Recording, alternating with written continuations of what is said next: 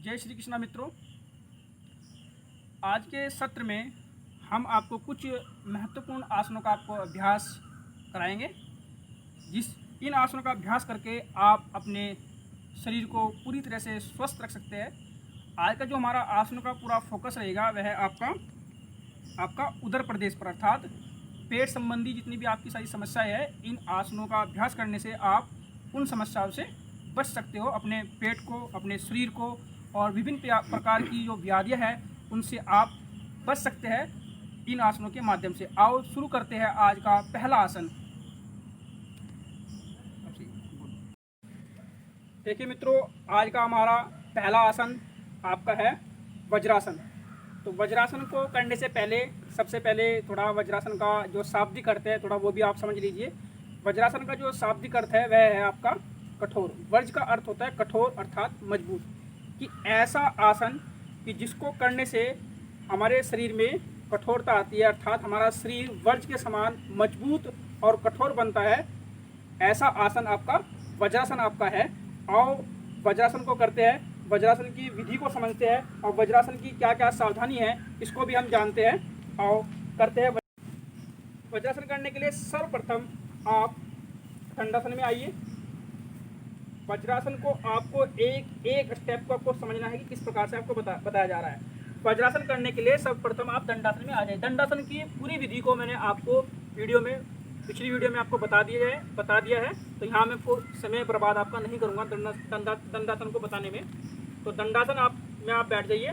दंडासन में बैठने के पश्चात उसको क्या करना है, आपको अपना दायां पैर घुटने से मोड़कर दाएं नितंब के पास रखना है। इस प्रकार से दाएं नितंब के पास रखिए और बाएं पैर को घुटने से मोड़कर बाएं नितंब के पास रखिए, इस प्रकार से। और आपके घुटने मिले हुए होंगे इस प्रकार से, और पीछे से आपके जो पादांगुष्ठ है आपका, अर्थात जो पैरों के आपके अंगुष्ठ हैं ये आपस में मिले हुए होंगे इस प्रकार से। और आपके थोड़ा उठ जाइए, थोड़ा सा आप दिखा दीजिए। और जो आपकी एड़ियाँ हैं ये आपकी बाहर की ओर रहेंगी और एड़ियों के बीच में आपको अपने नितंबों को रखना है सहजता से, इस प्रकार से। अर्थात आपकी एड़ियाँ बाहर रहेगी और एड़ियों के बीच में आपको अपने नितंबों को रखना है और आपके पैरों के अंगूठे आपके मिले हुए होंगे, घुटने आपके मिले हुए होंगे और घुटनों पर आपको अपने दोनों हाथों को रखना है। हथेलियां घुटने की ओर रहेगी, जो पृष्ठभाग आपका ये है हाथ का, ये आपका आकाश की ओर रहेगा और दोनों हाथ आपके बिल्कुल सीधे हुए, ये आपके मुड़े हुए बिल्कुल भी नहीं होंगे। कमर और गर्दन ये बिल्कुल आपकी सीधी रहेगी और नेत्र आपके इस आसन में आपके बंद रहेंगे। आप नेत्र को खोल भी सकते हैं, लेकिन नेत्र को अगर आप बंद कर लेंगे तो आपकी मन की चंचलता है वह भी आपकी दूर होगी, अर्थात आपका मन इधर उधर नहीं भागेगा। और आपको विशेष ध्यान आपको यह रखना है कि आपको कमर और गर्दन बिल्कुल आपको सीधी रखनी है और श्वास और प्रश्वास आपका सामान्य चलता रहेगा और संपूर्ण ध्यान आपको अपने श्वास और प्रश्वास पर लगाना है। अर्थात किस प्रकार से श्वास आपका शरीर के अंदर प्रवेश कर रहा है, अर्थात बाहर की वायु किस प्रकार नासिका के माध्यम से आपके शरीर में जा रही है और शरीर की वायु किस प्रकार से नासिका के माध्यम से आपकी बाहर निकल रही है। अर्थात जो आपका प्राणों का जो सूक्ष्म जो रूप है, अर्थात जो प्राणों की जो सूक्ष्म गति आपकी है, उस पर आपको अपना संपूर्ण ध्यान आपको लगाना है और महसूस करना है कि मेरा शरीर स्वस्थ अर्थात निरोगी होता जा रहा है।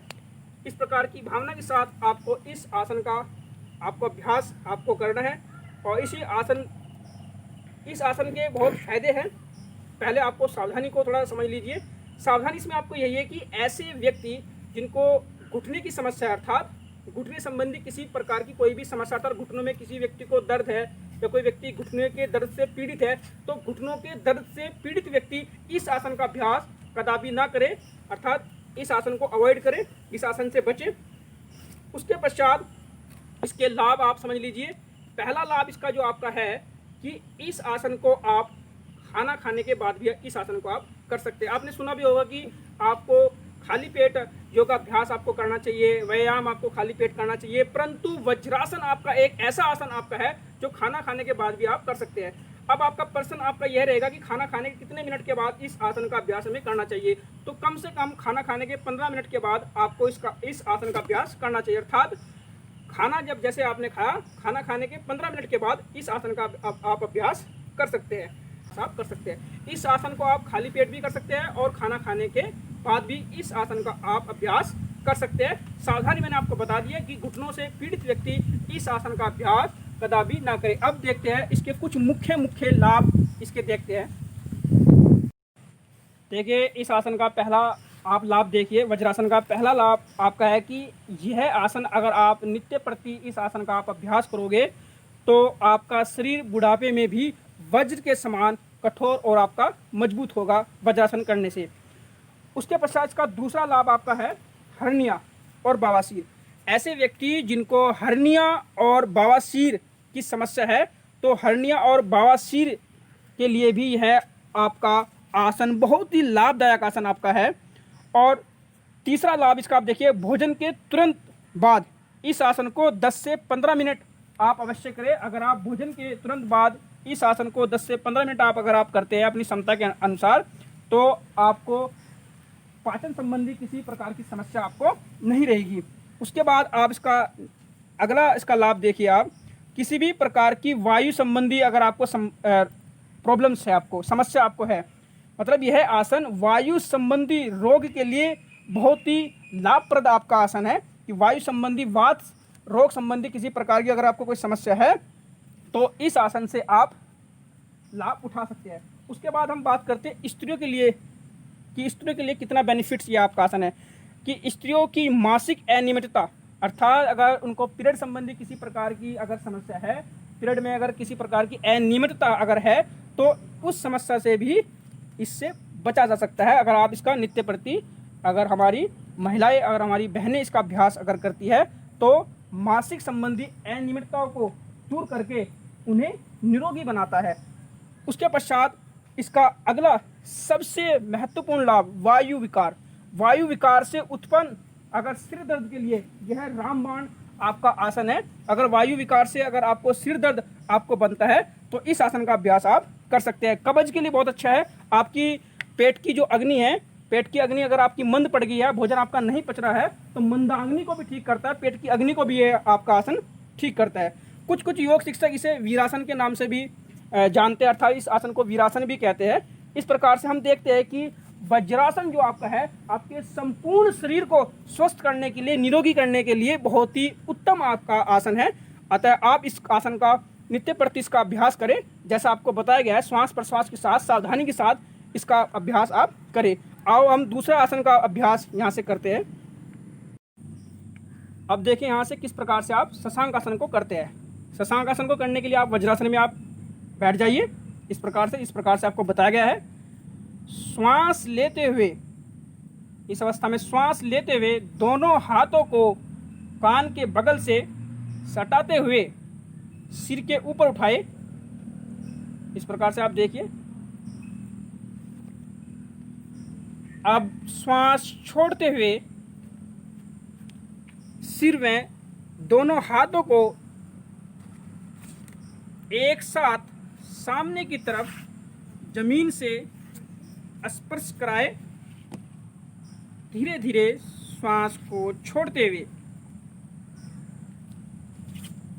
और यहाँ पर आप बाह्य कुंभक करें, अर्थात श्वास को बाहरी आप रोकने का अभ्यास करें। अगर आप श्वास को रोकने में असक्षम हैं, अगर आप सांस को नहीं रोक सकते तो यहाँ पर कोई बात नहीं है। आप लंबी गहरी श्वास के साथ भी इस अवस्था में आप बने रह सकते हैं। लंबी गहरी श्वास के साथ अगर आप बाह्य कुंभक यहाँ पर लगा सकते हैं तो उत्तम है। अगर नहीं लगा पा रहे हैं तो लंबी गहरी श्वास के साथ आप इस अवस्था में बने रह सकते हैं। अनुकूलता अनुसार कुछ देर तक रुके, फिर श्वास लेते हुए हाथ व सिर को एक साथ ऊपर उठाए। धीरे धीरे श्वास को भरते हुए धीरे धीरे उठे। श्वास छोड़ते हुए मूल अवस्था में आ जाए। इस प्रकार से यह आपका एक चक्र आपका इस आसन का आपका हुआ। तो यह आप अभ्यास 10 से 12 बार इस आसन का आप अभ्यास कर सकते हैं। लेकिन आपको ध्यान आपको यही रखना है कि श्वास के प्रति सजग रहे, अर्थात श्वास के प्रति आपको बहुत ही ध्यान रखना है कि कहाँ में श्वास को लेना है, कहाँ में आप श्वास को छोड़ना है। तो श्वास और प्रश्वास के प्रति आपको मैंने अभी बता दिया है कि श्वास आपको लेते हुए अपने दोनों हाथों को उठाना है और श्वास छोड़ते हुए आपको नीचे की तरफ आपको जाना है। और बाह्य कुंभक का अभ्यास करना है। अगर बाह्य कुंभक आप नहीं लगा सकते तो कोई बात नहीं है, आप लंबी गहरी श्वास के साथ आप उस अवस्था में आप बने रह सकते हैं। फिर श्वास भरते हुए आप ऊपर की ओर आपको आना है और श्वास छोड़ते हुए आपको अपनी मूल अवस्था में आपको वापिस आना है। और सावधानी आपको क्या रखनी है कि ऐसे व्यक्ति जिनको हाई बीपी की समस्या है अर्थात अति उच्च रक्तचाप वाले व्यक्ति इस आसन का अभ्यास ना करें, अर्थात हाई बीपी वाले व्यक्ति इस अभ्यास से बचे। अब देखिए आप शशांक आसन के आप लाभ देखिए। आपको सावधानी का भी आपको विशेष आपको ध्यान रखना है। सावधानी को ध्यान में रखकर ही आपको यह अभ्यास आपको करना है जिस प्रकार से आपको इसकी विधि आपको बताई गई है। अब इसके आप लाभ देखिए।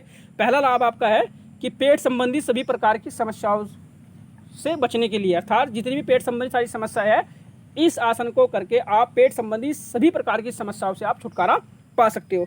उसके बाद दूसरा जो उसका लाभ है आपका, आपके स्पाइनल कॉर्ड पर अच्छा प्रभाव आपका डालता है। आपकी रीढ़ की हड्डी अर्थात आपकी जो मेरुदंड आपका है मेरुदंड संबंधी सभी विकारों को क्या करता है, ये आसन आपका दूर करता है।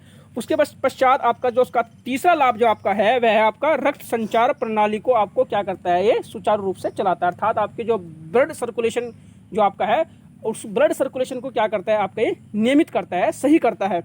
उसके पश्चात उसका आपका अगला जो आपका बेनिफिट्स इस आसन का आपका है वह है आपका मानसिक विकार अर्थात अवसाद चिंता को यह आसन आपका दूर करता है। वो कैसे करता है कि जब हम शशांक आसन करते हैं तो हमारी चंद्र नाड़ी एक्टिव होती है और चंद्र नाड़ी हमारे शरीर में ताजगी और प्रसन्नता लाती है।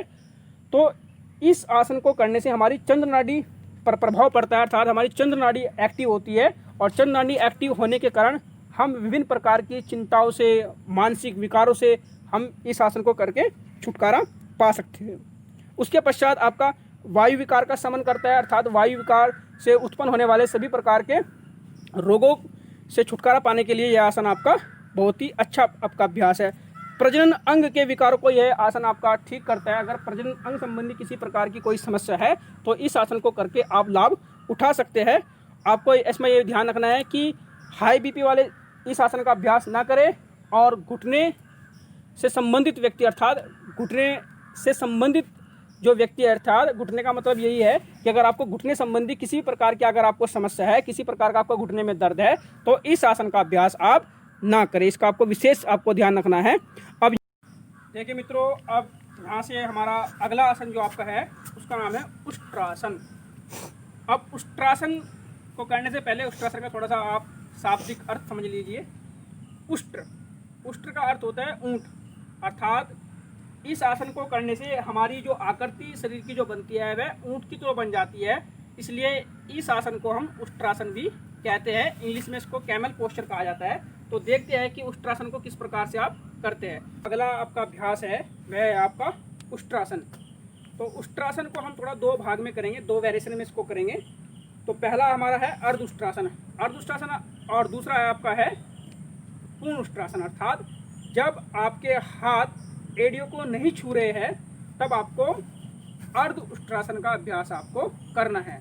जब आप अर्ध उष्ट्रासन में परिपक्व हो जाएंगे, आपका अर्ध उष्ट्रासन में अभ्यास आपका अच्छा हो जाएगा, तब आपको इसका दूसरा भाग इसका आपको करना है। पहले आपको उसका मैं पहला भाग बता रहा हूँ, फिर उसके पश्चात आपको मैं दूसरा भाग इसका आपको बताऊंगा किस प्रकार से करना। पहले आप वज्रासन में आप बैठ जाइए इस प्रकार से। वज्रासन में बैठने के पश्चात आपको अपने घुटनों के बल खड़े हो जाना है इस प्रकार से, और आपकी जितनी कमर की आपकी चौड़ाई है उतनी आपको अपने घुटनों में आपको अंतर आपको करना है। और उसके पश्चात जो आपके पैर हैं ये आपके इस प्रकार से आपके फ्लैट रहेंगे, इस प्रकार से आप खड़े नहीं करने आपको, बिल्कुल हाथ आपके बराबर में चिपके हुए रहेंगे इस प्रकार से, नजरें सामने की ओर। और उसके पश्चात श्वास प्रश्वास इस स्थिति में आपका सामान्य रहेगा और आपको अपने हाथों को कमर पे इस प्रकार से लगाना है, कमर से सहारा इस प्रकार से करना है, इस प्रकार से, इस प्रकार से कमर पे अपने हाथ को रखना है और श्वास भरते हुए आपको अपनी कमर से पीछे की ओर मुड़ना है इस प्रकार से, श्वास भरते हुए इस प्रकार से, गर्दन आपकी पीछे लटकी हुई, और इस स्थिति में आकर आपको श्वास को छोड़ देना है और लंबी गहरी श्वास को आपको लेना और छोड़ना है और 10 से 15 सेकंड तक इस स्थिति में आपको बने रहना है और धीरे धीरे श्वास भरते हुए आपको अपनी कमर को सीधा करना है, नजरें सामने की ओर इस प्रकार से। कुछ समय तक आपको प्रतीक्षा करनी है, अर्थात रुकना है। 10 से 15 सेकंड लंबी गहरी श्वास आप भरिए। उसके बाद आप इसका दूसरा राउंड आपको लगाइए। इसी प्रकार से श्वास भरते हुए कमर से पीछे की ओर मुड़िए, इस प्रकार से, इस प्रकार से। और यहाँ पर आपको श्वास को छोड़ देना है और लंबी गहरी श्वास आपको लेते और छोड़ते रहना है। प्राकृतिक रूप से आपकी श्वास और प्रश्वास आपकी चलती रहेगी। हाथ से आपको अपनी कमर पर सपोर्ट देना है इस प्रकार से, और 10 से 15 सेकंड तक इस आसन में आपको बने रहना है। उसके पश्चात धीरे धीरे श्वास को भरते हुए आपको अपनी कमर से सीधा होना है, इस प्रकार से। इस प्रकार शुरुआत में आप इस आसन के आप 2 से 3 राउंड आप कर सकते हैं शुरुआत में। आप जब आपका अभ्यास इसको अर्ध उष्ट्रासन बोलते हैं, जब आपका अर्ध उष्ट्रासन में आपका अभ्यास आपका परिपक्व हो जाएगा, उसके बाद आपको इसका दूसरा भाग करना है। अब देखते हैं इसका दूसरा भाग। सर्वप्रथम आपको अपने वज्रासन में आपको बैठना है। उसके पश्चात आपको घुटनों के बल खड़े हो जाना है, इस प्रकार से घुटनों के बल खड़े हो जाइए। और जितनी आपकी कमर की चौड़ाई है उतना अंतर आपको क्या रखना है, अपने घुटनों में थोड़ा आपको अंतर रखना है। इतना ही पीछे पैरों में आप अंतर रखिए, अर्थात कमर की चौड़ाई के बराबर आपको अपने घुटनों में क्या रखना है, अंतर आपको रखना है। हाथ आपके बगल में चिपके रहेंगे, कमर गर्दन आपकी सीधी, और ध्यान आपका किसी एक बिंदु पर आपका केंद्रित आपका रहेगा। घुटनों के बल खड़े होने के बाद उसके पश्चात आपको पीछे की तरफ झुकना है। पीछे की तरफ झुकते हुए दाहिने हाथ से दाहिनी एड़ी एवं बाएं हाथ से बाएं एड़ी को पकड़ना है। इस प्रकार से आप देखिए, दाएं हाथ से दाएं एड़ी को और बाएं हाथ से बाएं एड़ी को आपको पकड़ना है। इस प्रकार से आपको रखना है अपने हाथ पंजों, जो आपके हाथ की उंगलियां हैं उनको पंजों पर रखना है, और आपका अंगूठा थोड़ा साइड में इस प्रकार से आपको रहेगा। गर्दन आपकी झुकी हुई, श्वास और प्रश्वास आपकी सामान्य रहेगी। गर्दन को पीछे की ओर थोड़ा झुकाइए। उदर प्रदेश और नाभि एवं उपस्थ क्षेत्र को थोड़ा आगे की ओर आपको थोड़ा उभारना है। ये नाभि को थोड़ा और उपस्थ प्रदेश को आपको थोड़ा सा आपको आगे की ओर इस प्रकार से आपको उभार कर रखना है। श्वास और प्रश्वास आपकी इस आसन में आपकी सामान्य आपकी रहेगी। श्वास और प्रश्वास आपकी सामान्य चलती रहेगी प्राकृतिक रूप से। सिर एवं मेरुदंड को अधिक से अधिक पीछे झुकाए। अपने सिर को और अपने मेरुदंड को जितना आप अधिक से अधिक पीछे झुकाएंगे तो उतना आपको अच्छा आपको लाभ इसका प्राप्त होगा। और इस स्थिति में आपको 10 से 15 सेकंड आपको इस स्थिति में आपको बने रहना है। श्वास और प्रश्वास आपकी सामान्य रहेगी। आपको ध्यान रखना है कि एड़ियों को पकड़ते समय आपको श्वास को लेना है, और पूर्ण स्थिति में आपको जब आप आएंगे तो श्वास को भरते हुए रहेंगे। इस स्थिति में आपको लंबी गहरी आपको श्वास को आपको लेना है। इस स्थिति में आपको लंबी गहरी श्वास को आपको लेते रहना है और छोड़ते रहना है। उसके पश्चात श्वास को भरते हुए आपको धीरे धीरे आपको वापिस आना है और वज्रासन में आपको बैठना है। एक बार पूरे इस आसन को आपको देखना, वज्रासन में आप बैठ जाइए इस प्रकार से। वज्रासन में आप बैठे, थोड़ा रिलैक्स करिए। उसके पश्चात फिर इसका दूसरा चक्र आपको करना है। एक बार फिर घुटने के बल थोड़ा खड़े होइए आप, थोड़ा रिलैक्स करने के बाद थोड़ा पैरों में अंतर इसी प्रकार से आपको रखना है। और श्वास भरते हुए दाएं हाथ से दाएं पैर की एड़ी को पकड़िए और बाएं हाथ से बाएं पैर की एड़ी को आपको पकड़ना है। इसका आपको थोड़ा विशेष ध्यान रखना है। दाएं हाथ से दाएं पैर की एड़ी और बाएं हाथ से बाएं पैर की एड़ी, श्वास भरते हुए। और यहाँ पर आपको श्वास को अपना छोड़ देना है। गर्दन पीछे की तरफ लटकी हुई इस प्रकार से, इस प्रकार से। यहाँ पर श्वास और प्रश्वास की जो गति रहेगी आपकी सामान्य रूप से चलती रही। लंबी गहरी श्वास आपको लेना है, लंबी गहरी श्वास आपको छोड़ना है। और 10 से 15 सेकंड तक इस आसन में आपको बने रहना है। और श्वास को भरते हुए धीरे धीरे आपको उन्हें अपनी सामान्य स्थिति में इस प्रकार से घुटने के ऊपर खड़े हुए इस प्रकार से, और सहज भाव से धीरे से वज्रासन में आपको अपने बैठ जाना है। इस प्रकार से आपको श्वास और प्रश्वास का ध्यान रखते हुए इस आसन का आपको अभ्यास करना। जब आप उष्ट्रासन का अभ्यास आप कर लोगे, 1 से 2 बार आप उष्ट्रासन का अभ्यास आप कर लोगे, जब आप इस प्रकार से आप वज्रासन में आप बैठ जाओगे, तो आपको क्या करना है, उष्ट्रासन करने के बाद आपको शशांकासन आपको करना है। ठीक है, उष्ट्रासन करने के बाद आप 1-2 बार शशांकासन का अभ्यास आप कर ले, क्योंकि बैक बेंडिंग करने के बाद फॉरवर्ड बेंडिंग करनी जरूरी है।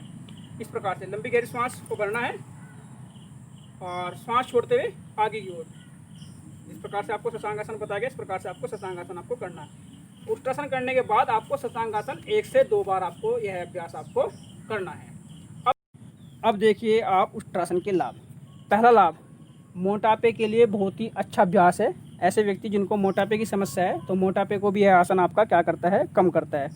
और ऐसे व्यक्ति जिनको दमा है, अर्थात जो दमे रोग से जो व्यक्ति पीड़ित है, तो दमे रोग से पीड़ित व्यक्ति भी इस आसन का आप अभ्यास कर सकते हैं। थायराइड वाले व्यक्ति भी इस आसन का अभ्यास कर सकते हैं। थायराइड पे भी इसका अच्छा प्रभाव, क्योंकि गले की अच्छी मसाज इससे होती है, तो आप थायराइड वाले व्यक्ति भी इस आसन को कर लाभ उठा सकते हैं। श्वसन तंत्र संबंधी समस्याओं को यह दूर करता है, अर्थात श्वसन तंत्र को काफ़ी मजबूत करता है और डायबिटीज़ के लिए काफ़ी आपका अच्छा है। कब्ज को भी है आज आपका आसन दूर करता है, मतलब कब्ज को दूर करने के लिए यह आपका रामबाण आपका आसन आपका है। और पेट संबंधी सभी प्रकार के रोगों को भी यह आपका दूर करता है। अगर आपका पीठ में आपका दर्द है, कमर में आपका दर्द है, तो उसको भी यह आपका क्या करता है, यह आसन आपका दूर करता है। जननेंद्रिय के समस्त रोगों को क्या करता है, यह आपका आसन आपका दूर करता है। स्त्रियों के कई रोगों के लिए यह आसन आपका अति उत्तम आसन आपका है। और नेत्र ज्योति को भी आपका यह आसन आपका बढ़ाता है। और आपके जो स्वर यंत्र आपका है, तो स्वर यंत्र को भी यह आपका ठीक करता है। इस प्रकार से अगर हम देखते हैं कि यह आसन बहुत सारी बीमारियों से हमें बचाता है। अब देखिए मित्रों, ये आपको कुछ हमने आसन आपको बताए हैं और मैं आपसे आशा भी करता हूँ कि आप नित्य प्रति योगाभ्यास आप कर रहे होंगे। जो आपको आसन बताए जा रहे हैं, जो आपको विधि बताई जा रही है, उन विधि को आप फॉलो करते हुए आसनों का अभ्यास आप कर रहे होंगे। और नेक्स्ट सत्र में हम कुछ आपको आसन आपको बताएंगे। आज के सत्र में आपका इतना ही। आप इन आसनों का आप अभ्यास करिए जिस प्रकार से आपको विधि बताई गई थी, और व्यक्तियों को भी आप जोड़ने का प्रयास करिए। जो आपके आसपास के जो व्यक्ति है, उनको भी आप योग के बारे में आप बताइए, योग से जोड़ने का प्रयास करिए। आप भी खुद भी स्वयं भी योग कीजिए। जो आप खुद स्वयं आप योग करेंगे तो आपसे व्यक्ति आप जुड़ेंगे, आपसे प्रभावित होंगे और आपके पास आएंगे योग को सीखने के लिए। तो आप भी सबसे पहले योग को नित्य प्रति आप उसका अभ्यास करें। आप उसमें योग में अपना अभ्यास को आप दृढ़ करें। रोज़ आप अभ्यास करोगे तो निश्चित रूप से आपको सभी आसनों का आपको पूरा आपको लाभ आपको प्राप्त होगा। और इसी आशा के साथ आप सभी मित्रों को जय श्री कृष्णा।